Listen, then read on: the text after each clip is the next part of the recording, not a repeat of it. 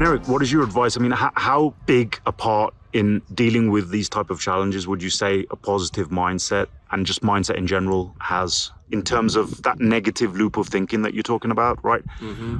Like, how destructive is that? Can you just put some negative on? loop of thinking is very destructive because it leads to depression. It can lead to suicide if you're not careful. And I've been there. It can also lead to anger where you're pushing people away from you all the time. I lost a lot of friends over the years because of that. I spent 20 years being angry over this. And it took, an aggressive eye infection that took away the rest of my eyesight and very literally threatened my life because that infection was threatening to spread into the brain. And that's the last place you want a bacterial infection. And that forced a sea change in a lot of my attitude. It's like, why am I being angry all the time? So I redirected it. It's a simple matter of if you can break loose of the loop, and you should take every effort to do so. Find something that you can do. If you don't know how to do it, learn. I went up to the Colorado Center for the Blind back in 2012. I relearned a few skills that I had, partial knowledge of, and I beefed up some skills that I was pretty good at anyway. And along the way, I made a number of friends, all of whom are a lot like me, blind as hell.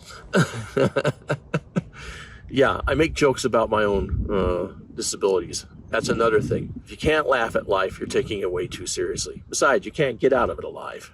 Yeah.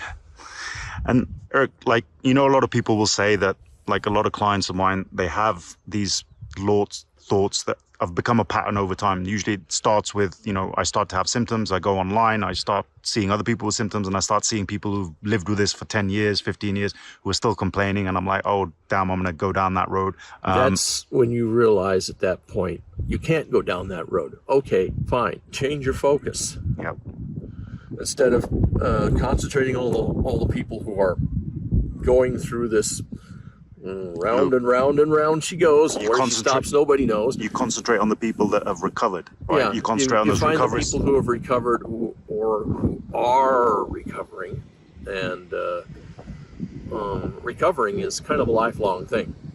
Think of it with those with drug addictions or alcohol addiction. You're always recovering. There's just no two ways about it. But you're a lot further along than you were. And the people who are just living in their shallow lives of concentrating on the symptoms and not getting any relief and not taking the effort to get the relief, that's a big part of it. Positive mental attitude is 50% of the game. The rest of it is work. You got to work toward your goal. You can't just let somebody else solve it for you. It isn't going to happen. Now, getting some help, you get help from people like me who've been there, done that, and have come through the far end. Think of the scene in the Shawshank Redemption. I don't know how many of you have ever seen that movie. You got the guy, he crawls down the sewer pipe, 500 yards of muck and crap, depression and everything else, and he comes out the other side clean. And that's the whole thing. When you get out that far side, it's a whole new world for you. You've overcome everything that has tried to pound you into the ground. And at that point, once you've overcome that, all these big problems that you thought were big, suddenly they're a whole lot smaller and a lot more manageable. Now, I don't let the fact that I can't see anything keep me away from enjoying the great outdoors because, look at where we're at here. I'm in a state park up in northern Arizona. There's the rim behind me. There's some pine trees all around. Sure, there's a few people here. Big deal.